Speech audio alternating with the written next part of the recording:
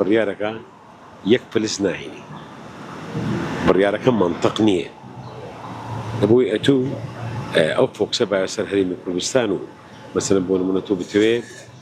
تۆڵە لە فەرمانبەران و بەگشتی فەرمانبەرانی کوردستان بە ئاسایش و پێشمەرگەوە تۆڵە بکەیەوە ئەوە قەزێکی سیاسیە چاوەڕ هاتنە بە هەرێمی کوردستان بەگشتی لە ڕێوەگەی ئاوەدانی و ئارامیەوە ئەتوو ئەگەبێ و مقارنە لە بەناوبەینی شارەکانی هەرێمی کوردستان و عێراق بکەی زۆر جیاوازە ئیتر ئەوان هەموو محارەبەیەک بەرامبەر هەرێمی کوردستان دەکەن هەوزە لە سیاسی بی عسکەری بی هەرچیەک بیانەوێت دەتوانن بیکەن بەڵام ئەمە هێز و ئیرادەمان هەیە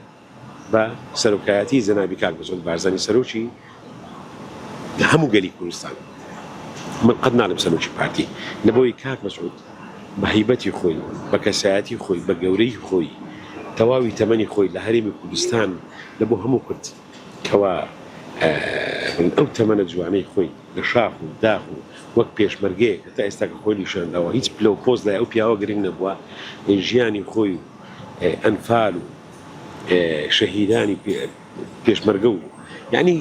هەموو ئەو پیاوە تەمەنی خۆی سەرم کردیان هەمووش محارەبەکە با پێت بڵێم محارەبەکە